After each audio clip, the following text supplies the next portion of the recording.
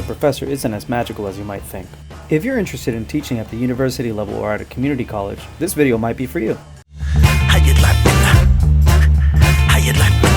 The first step in becoming a professor is to go to college. In the grand scheme of things, it really doesn't matter where you start. So many students who are at a community college typically think that they're not qualified enough, when in fact, they might be harder working than some of the students at 4 years. If your eventual goal is to become a teacher or a professor, the first degree that you're going to have to get is a bachelor's, either a bachelor's of arts or a bachelor's of science. So let's talk about what you should major in.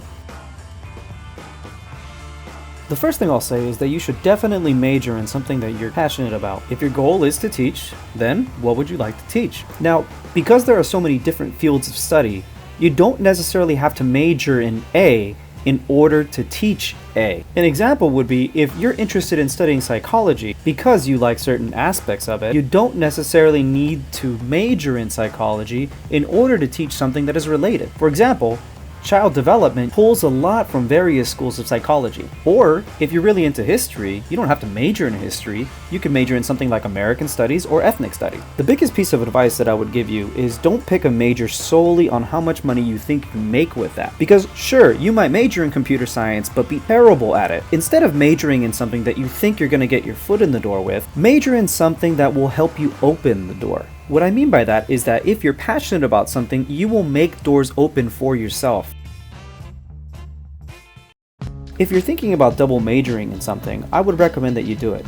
The reason why is because if you double major, in the future, if you decide to teach something, you have 2 doors open for yourself. So let's say if I major in English and I major in science, I'm able to do both in the future. We'll talk more about getting a master's in a later section. But for me, I double majored in Chicano studies and African American studies. That means that I can teach both. If you're not sure if teaching is for you, why not get a job that allows you to do it, or at least get your feet wet a little?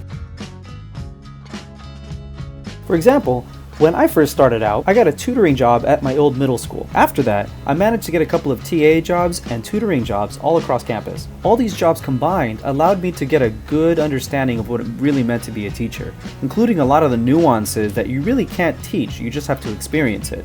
And who knows? You might not like teaching and you might go in a different direction. It's always good to be honest with yourself and ask yourself those hard questions. There's nothing wrong in switching majors or switching career paths. I mean, would you rather know when you're 20 or when you're 40 years old, right? And even if you are 40 years old, you're gonna be 50 years old anyways. Might as well switch.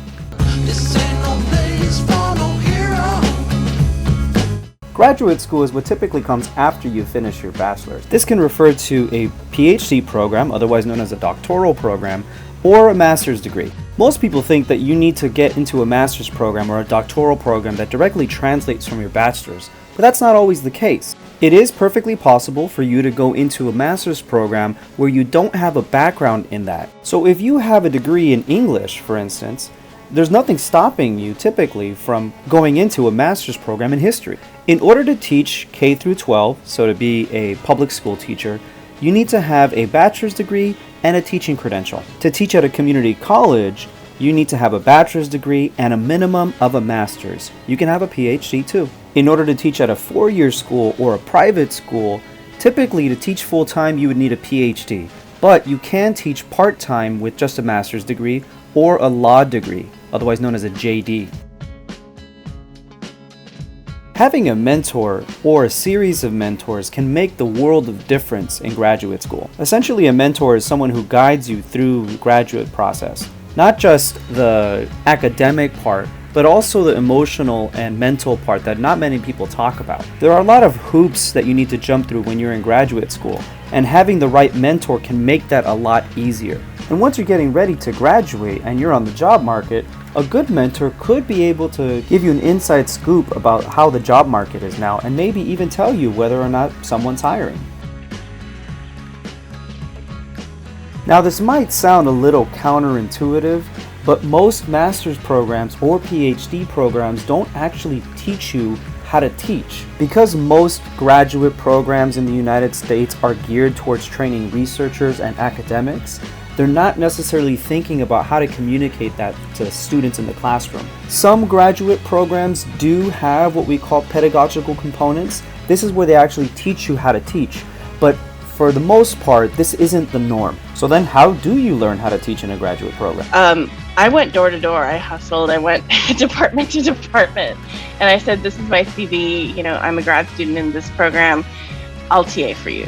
Being a TA or a teaching assistant is a great way to gain some teaching experience. If you do become a teaching assistant or a GA, a graduate assistant, you can always ask the professor that you're working with if they'll let you do a guest lecture or a series of guest lectures. Being a tutor is also a great way to gain teaching experience. And I don't mean just tutoring at a college.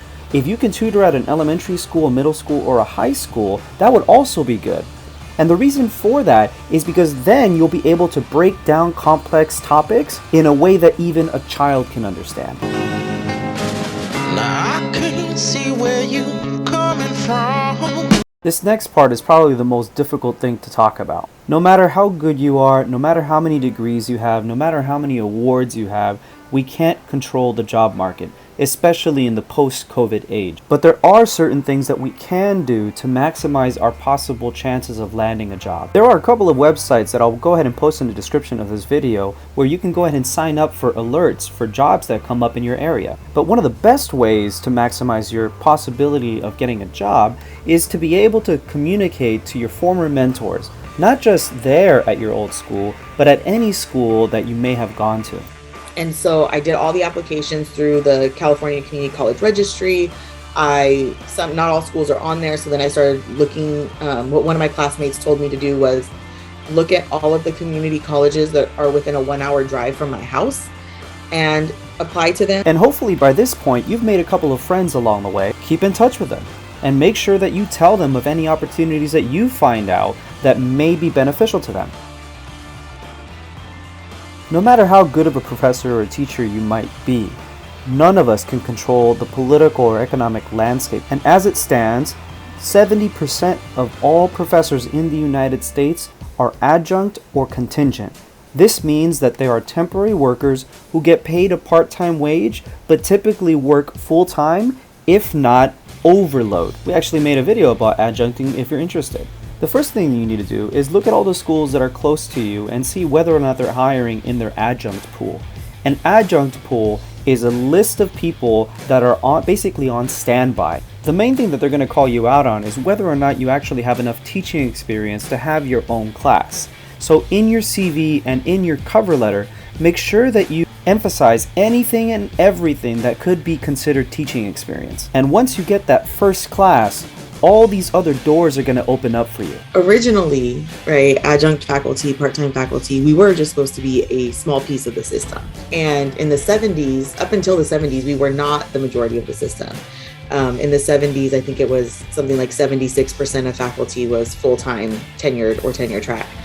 And now it's the complete opposite of that. Right? Today, it's only about 24% of faculty are tenured or tenure track. And keep an eye out for full-time positions that get flagged at different schools. And from there, hopefully you have enough teaching experience and just professional experience to be able to land a tenure track job. But in the meantime, currently, adjunct faculty are a highly exploited class of worker. So it is imperative for adjunct faculty to know their rights that are protected under union contract. Distribution of classes, the union does a good job at giving us entitlements that, we after a certain amount of time, you get so many classes. And that's great. It's just that, enrollment numbers are what we are based off of. Union contracts are great because it tells you what people are allowed to do and the way that they're supposed to do it. And sad to say, adjunct faculty are often bullied by some full-time faculty and some administrators. So knowing your union contract can prevent that from happening. And if an issue ever rises up, you can always refer to your union contract to see what protections you might have and if you're able to file a grievance or to file another type of complaint.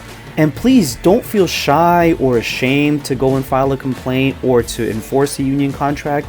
These rules are here to make sure that this system actually functions. I know a lot of people probably aren't going to believe me when I say this, but the biggest thing that I want you to understand about being an adjunct is that the exploitation is there by design, and no matter how good you are, it doesn't mean that you're going to be treated fairly as an adjunct professor. So don't blame yourself. If anything, blame the system. We know we could lose a source of income at any time. For me, this affects my ability to be an educator that is fully present for my students. I do the best I can, and it's usually enough, but I often daydream about what kind of educator I would be if I wasn't deeply, consistently worried about losing my job. I don't know about you, but I've never seen anyone really come out and say, hey, I'm here in support of the adjuncts here. I've never seen that. The support there is lacking. There's no support. Being at the bottom of the totem pole, right? The academy is for sure a hierarchical power structure, and adjuncts are seen at the bottom. I think the side of adjuncting that people don't see, I don't think people see the amount of work that gets done outside of the class time. We're not paid for that work, and we know you can't just show up to class and start teaching. It takes a lot of preparation.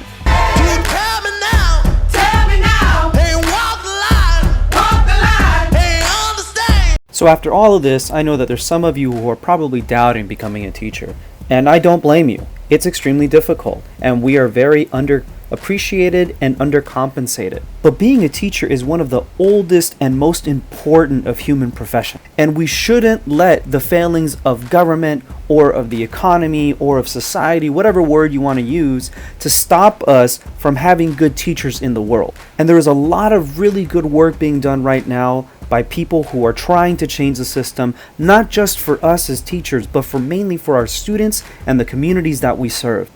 So if you want to be a teacher, then be a teacher. If you don't, that's okay too. But don't let them stop you from trying to make a positive impact in the world.